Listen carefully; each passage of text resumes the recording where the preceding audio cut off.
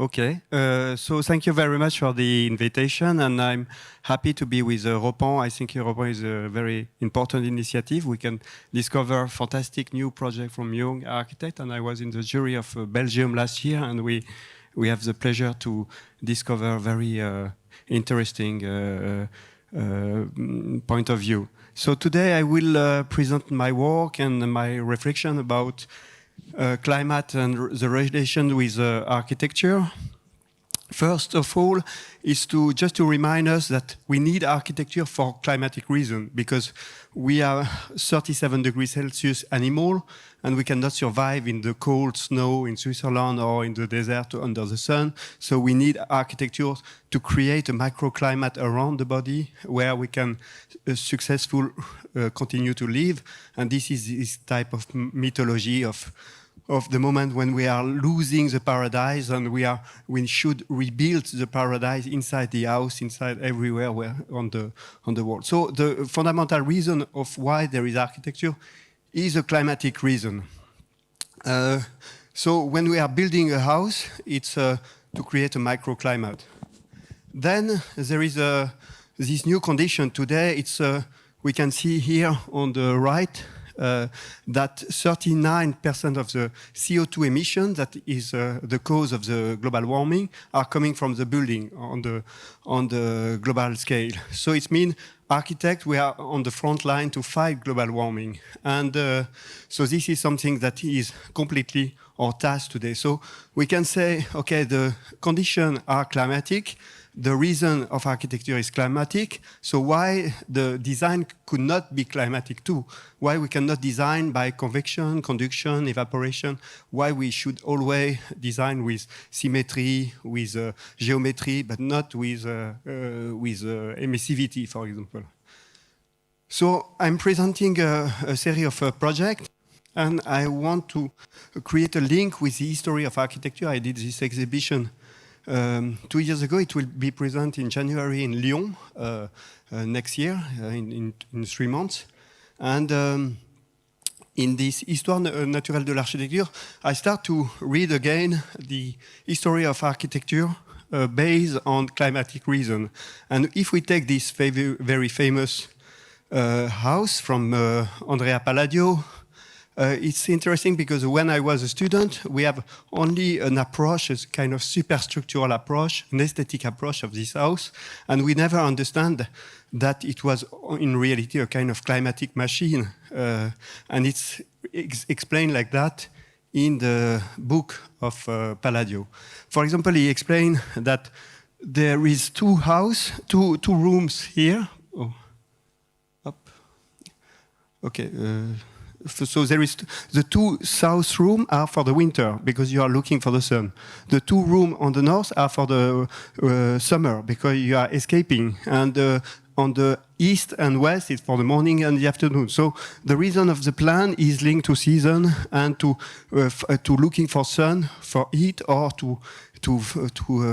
trying to find some space without heat. And then the portico are protecting the sunlight, and the sala in the middle is a dome, and this is like this by convection, the hot air is always moving up, and so you have to open, and then you remove the hot air, and you keep cold the ground, and the ground on the ground, you have this a kind of grid that let the cold air coming from the underground. So, of course, the inspiration was that. And it's quite strange because when I was a student, I always heard about the hole in the Pantheon about spirituality, but in reality, it's just to let the hot air going out. If not, you are like a cocotte minute, so you need to open the... this is a grid for the cold air, and that comes from the underground. So we did a project based on that. 2 years ago, we get the third prize for that in Lausanne.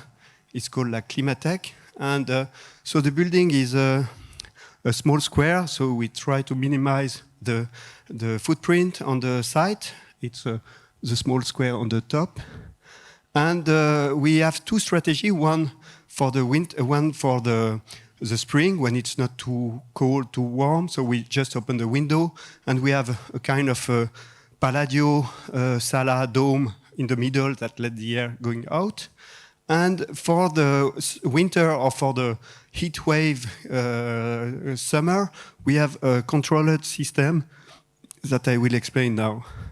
So for doing the building, we base the building on two poles, like a thermodynamic stratification between the cold area that will become like a summer refuge or for against heat during the summer, and at the top we have a greenhouse, and so it creates a flow of air from down to the top. You know, the hot air is always moving up, and we take the inspiration for the cold pole from the Marie Antoinette. This is a this kind of pre-oil fridge. You know, when there is no electricity, it was a milk storage for Marie Antoinette, and so it was using inertia, thermal inertia.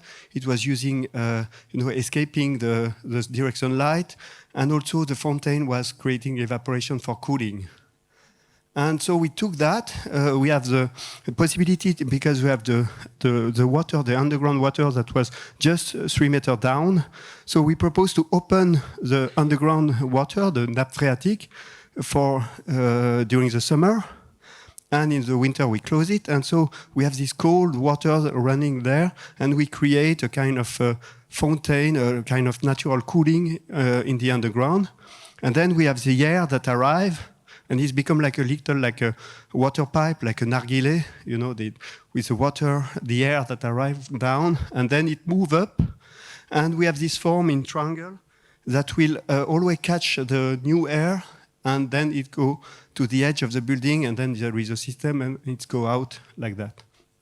And at the top, we have a greenhouse. And so this is the system like that. There is some more detail about that, but also about effusivity, but I will talk about that a little later.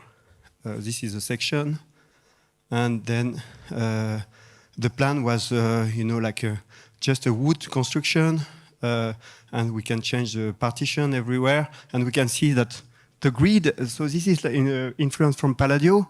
We have this walking grid on the middle. This is where we can see the small square. That become always smaller and smaller, but we can walk on it. And so the building itself become a kind of ventilation duct. So we don't have duct of ventilation. It's all the building, all the typology of the building that is becoming this ventilation duct. So we have an image of that. We can see this grid where the new air arrive and flow all the new the space of the there. Now I would like to present a project based on effusivity, thermal effusivity. This is a competition we won for the Maison de la Radio in Paris in 2017 for the central area of the Maison de la Radio. And the program was to make a public space with a cafe and a theater and a library, a bookstore, and exhibition space. And so we start to think about the cafe, and we say where it will be good to place the cafe in this space. And so we can say, okay, in the winter, of course, you are looking for sun. In the summer, you are looking for shadow. So we cannot say this is a good place, this is a bad place. We should build a kind of gradation of climate. And so we did a sun analyze during the year, so a kind of synthesis of that. And so where it's red, there is a lot of light. Where it's blue, there is no light. And from that, we transform that into form. And then we materialize this form by effusivity, thermal effusivity. Thermal effusivity, this is something that the people know before. It's for example, when Viollet-le-Duc visit San Pietro in in Rome, you know, he talked about the coolness of the basilic, and they are talking about the choice of the marble, and the choice of the marble because it was a cooling material. When you touch marble, you know, you feel it cold, and the choice was to create like a little, like in the milk house from Marie Antoinette, to create a cold house by choosing a high effusivity material with marble. Of course, if you are choosing wood or wool, you know, you are cutting the effusivity. The thermal effusivity is very low, so you keep warm by placing wool. So in reality, the choice, we have lost this thermal choice of the material, because we, during the last 50, 70 years, we choose material only linked to aesthetic. We say, okay, I like carpet, so I place a carpet. I like marble, I place marble. But we've completely lose that there is a relationship between cooling, warming, depending on the material. So what we did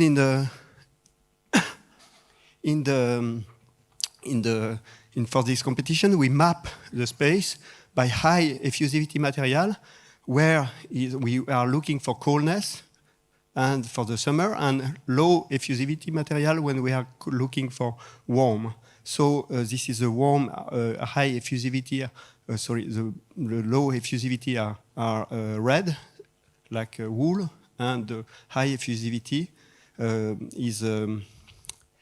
is blue. And so the effusivity, this is a real exchange of heat. You touch that, and if it is marble, you are really cooling the body, because you are there. The marble is sucking your heat to your skin heat there, and if you have wool, you feel it warm because there is no heat loss of the body. So it's a real effect. It's not only a sensation, and so from that we transform the interior of the Maison de la Radio, of the center, by mapping that with this different material.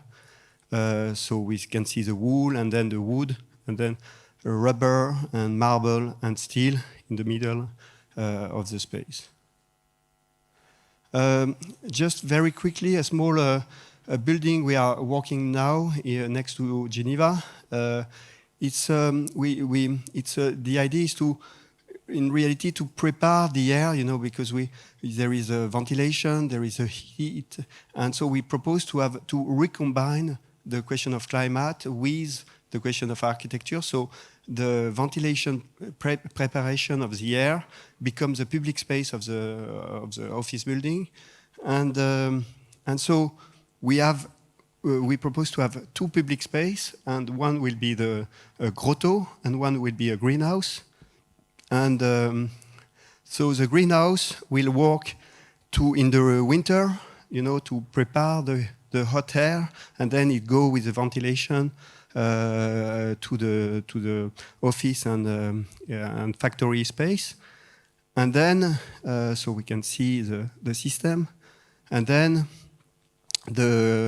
for the winter we are using the grotto, you know. The grotto is placed on the north, and we are cooling the air there in the grotto by thermal inertia, by evaporation, by the most of the natural system without electricity. And then we use this cold air for the ventilation of the building. Now I'm presenting some urban project, landscape project. So first, this is the new condition of the city. So first, this is this heat wave increase. You know, it's become more and more hot in the city, and also in Switzerland or in Europe. It was less warm before, but now there is some trouble in the summer. The temperature will grow more and more in the next years with the global warming. There is the urban heat island. It's more warm in the city because of the color of the material, because of the ventilation and the evaporation, and the increase of flood also that is becoming stronger. So and finally also the PM 2.5 pollution, air pollution, that are also a problem of the city. So we can say that today, you know, the task of the urban design and the landscape is that. And then we propose also to say, okay, we will change the material. We say wind, light, water, vegetation can be the material of urbanism. And as perspective, alignment, steel, stone, or wood, albedo, effusivity, emissivity are material value as color, texture, symbolism, or convection. So from that, I'm presenting two projects. One project is a competition we won in Milano with Remcolas, with OMA and Laboratorio Permanente in 2019 for two districts, Farini and San Cristoforo. And the idea was to do public space, you know, in this for this new district that combine not only a social quality but also an environmental quality. So it's so we say we will introduce an environmental infrastructure for defining the new district. So this is what we call limpidarium. So it's like cleaning limpidarium d'aria, cleaning the air or cleaning the underground water of Milano. And so we place these two limpidarium as the main reference of the new district, like the new plaza of the new district. So for Farini, this is it was an abandoned train station, well, not station, but reparation of train.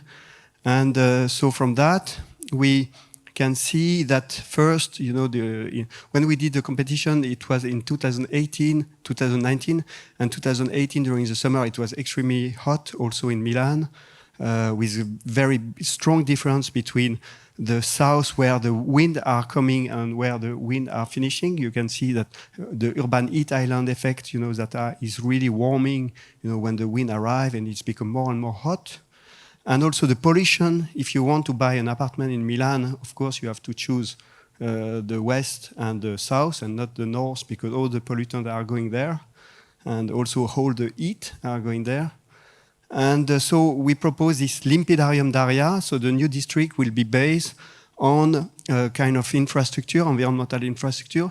And the task of this infrastructure will be to cool and to clean the air. So for doing that, we are doing that really by using all the possibility we have for creating shadow, having a high albedo surface, like white surface, creating evaporation, you know, the change of phase from liquid to gas, reduce the temperature of the air. So it's why in Spain or in Italy or in Morocco you have a lot of fontaine, because it's like cooling machine. And then we propose to create the most cold pole that can be the starting point of the new wind. So the idea is to create like an urban wind that will, because it will be hot, you know, the wind is always created when you have a cold pole and a warm pole. So it creates a movement of air by convection. And so the air will move and create a freshness inside the new district. And also, it's remove also the pollutant by doing that. And also we have some solution for catching the pollutant of the air by having some specific type of trees. And also, if there is a high pollutant episode, we can have a rain, artificial rain that can, you know, the PM 2.5 will fall down with the rain. So it can be like that. And then we did, like often in our project, some CFD, computational free dynamic model, to analyze where the wind is going. And with OMA, we propose to have a new typology of building that let always the air moving through. So we don't have a dead-end district. So it's always the air can go through all the building. We find some old typology of Milan that was a little similar to that. And then we also do an interesting research about the color of the building. You know, in the postmodern area, you choose the color of the building as you want. You know, if you like red, you say my building will be red. If you like green, you say my building will be green. But in reality, today we can say that no. If I want to cool the city in the winter, in the summer, I need white surface, to reflect the light, but not everywhere, because if you have a white surface also on the vertical, the light will come down and it overheat the street. So it's why we propose to have at the top of the building a black area that will be like a trap for the light, and then it cannot go down, and so it's only the horizontal that will be white to preserve the street, down the street of the excess of heat. So finally, we have this project, and like that. And then in this, we have another element that was for cleaning the water for the underground by phytoremediation, and so we propose to have like an open swimming pool there. And so the last 10 years, I have worked a lot on this very important project. We won this competition in 2011 with Catherine Mosban and Ricky Liu in Taiwan. It was a 70-hectare park. This is a French book about the project. So it was on the old airport. We can see the park that starts from this road and go there, and the new district will be built around. And so the project now is finished, it's open. And for doing the master plan, we already work on the climatic ID. So we say why we need a park. In the history, the park was for cooling and for cleaning. It was like that during the 19th century. And so we take again this idea to propose some open space for the citizen where they can enjoy the outdoor, but they can be also protected from the excess of heat. In Taiwan, it's a tropical climate where the sun is very strong, and it's very humid and it's polluted also. And we propose to work on these 3 layers, like independent layer on heat, humidity, and pollution, and to create the master plan based on that. So this is the final master plan.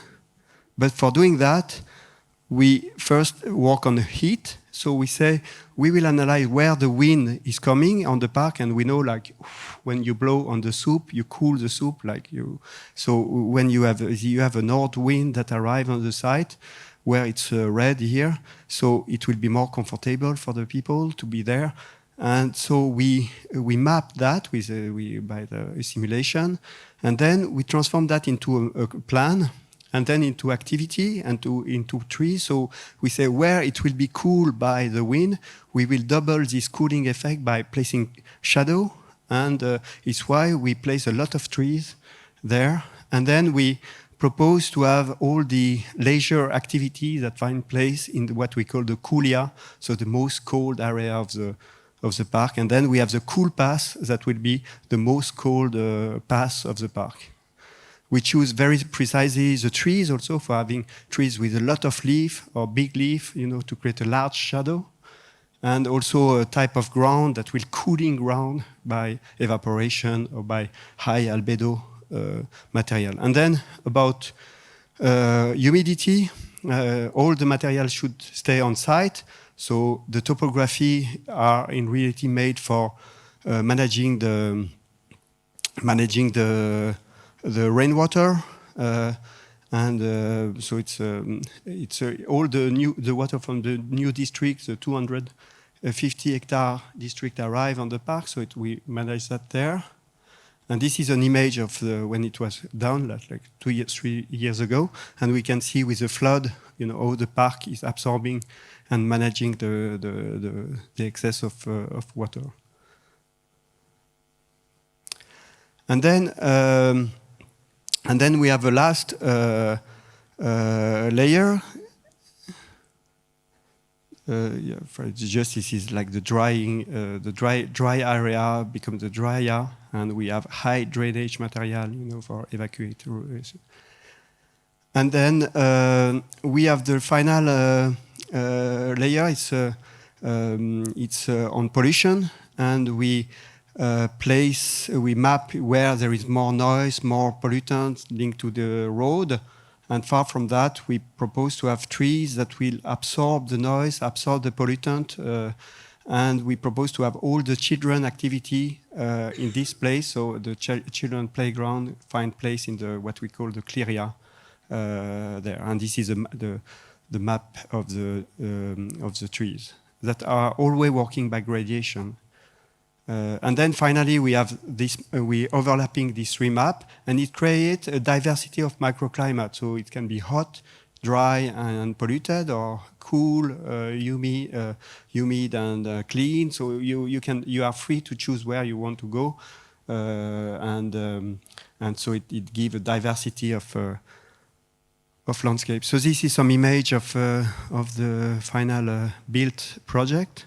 We have also like 30 buildings also inside the park with some cafe, and this is coming from Instagram.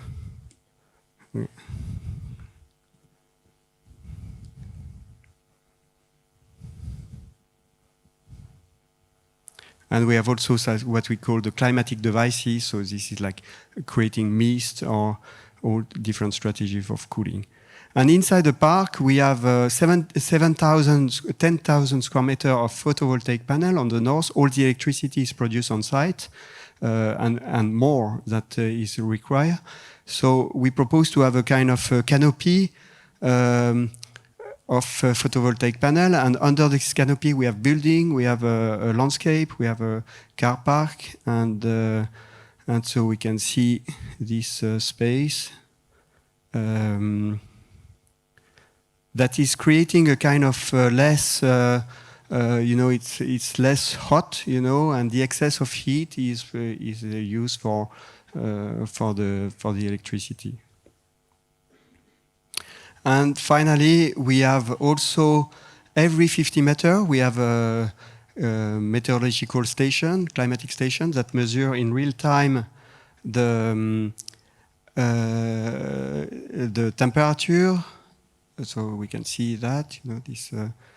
So we are measuring the temperature with the humidity, all the pollutant, and we are creating an index. So by air temperature, wind speed, sunlight. So we are mapping that, and we see where it's more hot or more cold in the park. So you have information in real time, some small, very small information about that. It's same for the humidity of the air, where it's more dry or less dry. And then for the pollutant, so you have O3 and NO2 and PM2.5 and noise, and so it creates, you can see where it's more polluted and less polluted.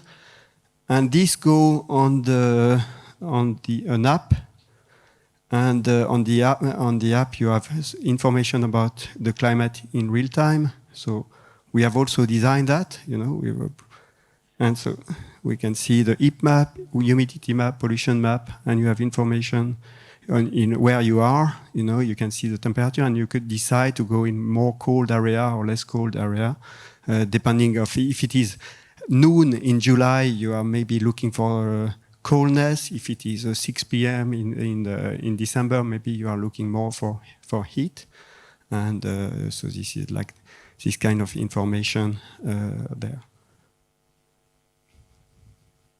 So thank you very much. Thank you very much.